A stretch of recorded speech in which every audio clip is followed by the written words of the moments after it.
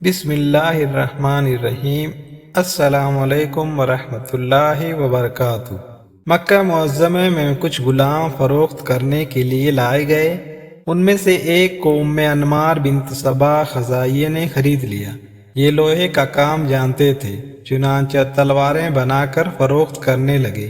آقا سے جو اجرت طے ہوئی وہ اسے دے دیتے۔ اسی زمانے میں توحید کی آواز سنائی دی۔ اس وقت تک صرف 5 نیک افراد نے ایمان قبول کیا تھا۔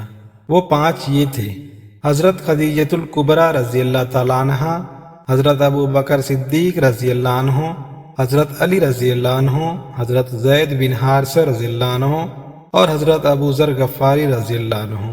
مکہ کی فضا اس وقت بہت خراب تھی۔ مشرکین اسلام کا نام تک لینا گوارا نہیں کرتے تھے۔ سچ یہی ہے کہ اس وقت اسلام قبول کرنا ہولناک مصیبتوں کو دعوت دینے کے برابر تھا۔ بڑے سے بڑا آدمی قریش کے ظلم سے خود کو بچا نہیں پاتا تھا۔ یہ تو پھر غلام تھے، بے یار و مددگار تھے، غریب الوطن تھے، لیکن اللہ تعالیٰ نے انہیں نہایت پاکیزہ فطرت اور شیر جیسا دل عطا فرمایا تھا۔ انہوں نے ہولناک مصیبتوں کے پہاڑوں کی کوئی پرواہ نہ کی اور اسلام قبول کر لیا۔ اس طرح سب سے پہلے ایمان لانے والوں میں شامل ہوئے۔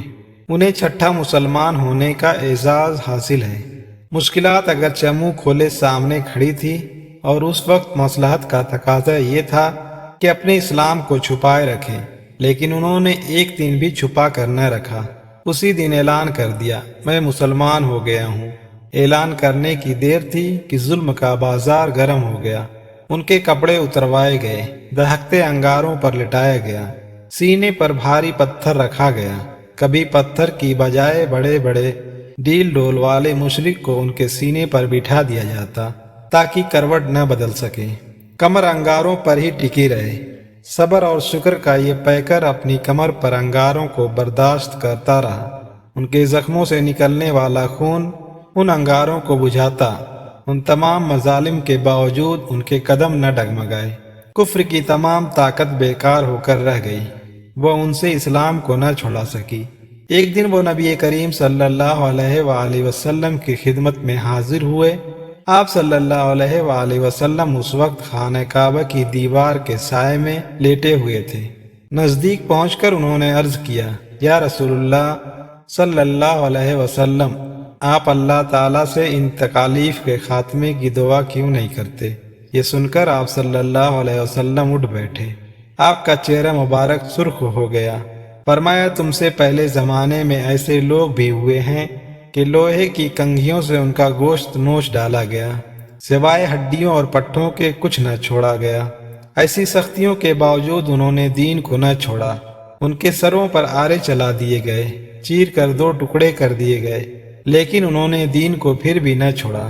اللہ اس دین کو ضرور کامیاب کرے گا، اور تم دیکھ لو گے کہ اکیلا سوار یمن سے صنعاء تک جائے گا اور سوائے اللہ پاک کے کسی سے نہیں ڈرے گا۔ حضور صلی اللہ علیہ وآلہ وسلم کے ارشادات سن کر وہ اپنی ساری تکالیف بھول گئے۔ ان میں ایک نیا ولولہ پیدا ہو گیا۔ ان کا نام ابو عبداللہ خباب بن ارد تھا۔ قبیلہ بنو تمیم سے تھے۔ نہ جانے کس طرح غلام بنا لیے گئے اور مکہ میں لا کر فروخت کر دیے گئے۔ ام انمار بہت سخت دل عورت تھی۔ اس نے انہیں خرید لیا، اور جب یہ ایمان لائے تو ان پر ظلم توڑنے میں اس عورت نے کوئی کسر نہ چھوڑی۔ ایک دن رسول اللہ صلی اللہ علیہ وآلہ وسلم کی خدمت میں حاضر ہوئے۔ ان الفاظ میں درخواست کی، یا رسول اللہ صلی اللہ علیہ وسلم، دعا فرمائیں اللہ مجھے اس عذاب سے نجات دے۔ آپ صلی اللہ علیہ وآلہ وسلم نے ان کے لیے دعا فرمائی۔ اس دعا کے بعد ام انمار کے سر میں شدید درد رہنے لگا۔ یہ درد کسی طرح کم ہونے میں نہیں آتا تھا۔ کبھی کبھی وہ کتوں کی طرح بھونکنے لگتی۔ کسی نے اسے بتایا کہ جب تک لوہے سے تمہارے سر کو داغا نہیں جاتا، اس وقت تک درد ختم نہیں ہوگا۔ اس نے حضرت خباب رضی اللہ تعالیٰ عنہ سے کہا، تم میرے سر کو لوہے سے داغ دو۔ جس لوہے سے وہ خباب بن ارد رضی اللہ عنہ کو داغا کرتی تھی، اسی گرم لوہے سے اپنے سر کو داغنے پر مجبور ہو گئی۔ اس نے یہ کام لیا بھی حضرت خباب بن ارد رضی اللہ تعالیٰ عنہ سے، لیکن اسے اس علاج سے کوئی فائدہ نہ ہوا اور تڑپ تڑپ کر مر گئی۔ مشرک اب بھی انہیں ستانے سے باز نہ آئے۔ عاص بن وائل کو حضرت خباب بن ارت رضی اللہ عنہ کا کچھ قرض دینا تھا۔ جب یہ اس سے اپنے قرض کا مطالبہ کرتے تو وہ کہتا، پہلے محمد صلی اللہ علیہ وسلم کا دین ترک کر دو، پھر تمہاری رقم دوں گا۔ اس کا جواب حضرت خباب بن ارت رضی اللہ عنہ یہ دیتے کہ جب تک تم دوبارہ زندہ ہو کر دنیا میں نہیں آؤ گے، میں محمد صلی اللہ علیہ وسلم کا دامن نہیں چھوڑوں گا۔ عاص جواب دیتا، تو پھر انتظار کرو، جب میں مر کر دوبارہ زندہ ہوں گا تو تمہارا قرض چکا دوں گا۔ اس طرح مظلوم خباب رضی اللہ عنہ سالہ سال تک ظلم کی چکی میں پستے رہے۔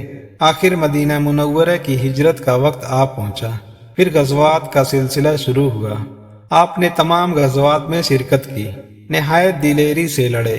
خلفائے راشدین کے عہد میں جب فتوحات کے دروازے مسلمانوں پر کھلے تو یہ اکثر رویا کرتے اور فرماتے، ہم نے اللہ کی رضا کی خاطر رسول اللہ صلی اللہ علیہ وآلہ وسلم کے ساتھ ہجرت کی اور ہمارا اجر اللہ کے ذمے رہا۔ پھر ہم میں سے بعض تو دنیا سے رخصت ہو گئے اور انہوں نے اپنے اجر کا کچھ بھی پھل نہ کھایا، لیکن بعض کا پھل پک گیا اور وہ اس کو توڑ کر کھا رہے ہیں۔ مصعب بن عمیر رضی اللہ عنہ نے احد میں شہادت پائی تو انہیں کفن دینے کے لیے ایک چھوٹی سی چادر کے سوا ہمارے پاس کچھ نہیں تھا۔ آج یہ حال ہے کہ اللہ کا فضل ہم پر بارش کی طرح برس رہا ہے۔ مجھے ڈر ہے اللہ نے کہیں ہماری تکالیف کا بدلہ کہیں دنیا ہی میں تو نہیں دے دیا۔ اس ڈر سے روتے تھے کہ کہیں ہماری قربانیوں کا اجر ہمیں دنیا میں نہ مل جائے۔ آپ نے بالکل ابتدائی دنوں میں قرآن مجید پڑھ لیا تھا۔ حضرت عمر رضی اللہ عنہ کے اسلام قبول کرنے والے واقعے میں حضرت خباب بن ارت رضی اللہ عنہ کا نام آتا ہے۔ یہ اس وقت حضرت عمر رضی اللہ عنہ کی بہن اور بہنوئی حضرت فاطمہ اور سعید بن زید رضی اللہ عنہ کے گھر میں تھے، انہیں قرآن کی تعلیم دے رہے تھے۔ حضرت عمر رضی اللہ عنہ کی آمد پر یہ مکان میں کہیں چھپ گئے۔ پھر جب حضرت عمر رضی اللہ عنہ نے قرآن سنانے کی خواہش ظاہر کی تب یہ کونے سے نکل کر سامنے آ گئے اور فرمایا تھا، اے عمر تمہیں بشارت ہو، کل میں نے حضور نبی کریم صلی اللہ علیہ وآلہ وسلم کو دعا مانگتے سنا تھا کہ الہی عمر اور ابو جہل میں سے جو تجھے پسند ہو اس سے اسلام کو قوت عطا فرما۔ لہذا معلوم ہوتا ہے کہ اللہ کے رسول صلی اللہ علیہ وسلم کی دعا تمہارے حق میں قبول ہو گئی ہے۔ حضرت عمر رضی اللہ عنہ اور دوسرے تمام صحابہ کرام آپ کی بہت عزت کرتے تھے۔ کبھی اٹھنے بیٹھنے کا اتفاق ہوتا تو حضرت عمر رضی اللہ عنہ ان سے قریش کے ظلم کی تفصیلات سنا کرتے تھے۔ ایک دن حضرت خباب بن ارت رضی اللہ عنہ نے اپنی کمر سے کپڑا اٹھا دیا۔ حضرت عمر رضی اللہ عنہ یہ دیکھ کر حیرت زدہ رہ گئے کہ ساری کمر اس طرح سفید تھی جیسے برس کے مریض کی جلد سفید ہوتی ہے، یعنی کمر پر کوئی جگہ ایسی نہیں تھی جہاں جلائے جانے کا نشان موجود نہ ہو۔ آخری عمر میں آپ کوفہ میں آ گئے تھے، وہیں 37 ہجری میں شدید بیمار ہوئے۔ وفات سے کچھ پہلے ان کے سامنے ان کا کفن لایا گیا، اس کو دیکھ کر فرمایا، یہ تو پورا کفن ہے۔ حضرت حمزہ رضی اللہ تعالیٰ عنہ کو ایک چھوٹی سی چادر میں کفن دیا گیا تھا۔ پیر ڈھانکے جاتے تو سر کھل جاتا، سر ڈھانکا جاتا تو پاؤں کھل جاتے۔ آخر ہم نے ان کے پاؤں کو گھاس سے ڈھانپا تھا۔ پھر انہوں نے وصیت فرمائی، مجھے شہر کے اندر دفن نہ کرنا، میری قبر شہر سے باہر کھلے میدان میں بنانا۔ اس وصیت کے بعد وہ دنیا سے رخصت ہو گئے۔ حضرت علی رضی اللہ تعالیٰ عنہ نے نماز جنازہ پڑھائی۔ اللہ کی ان پر ہزارہ رحمتیں ہوں، آمین یا رب العالمین۔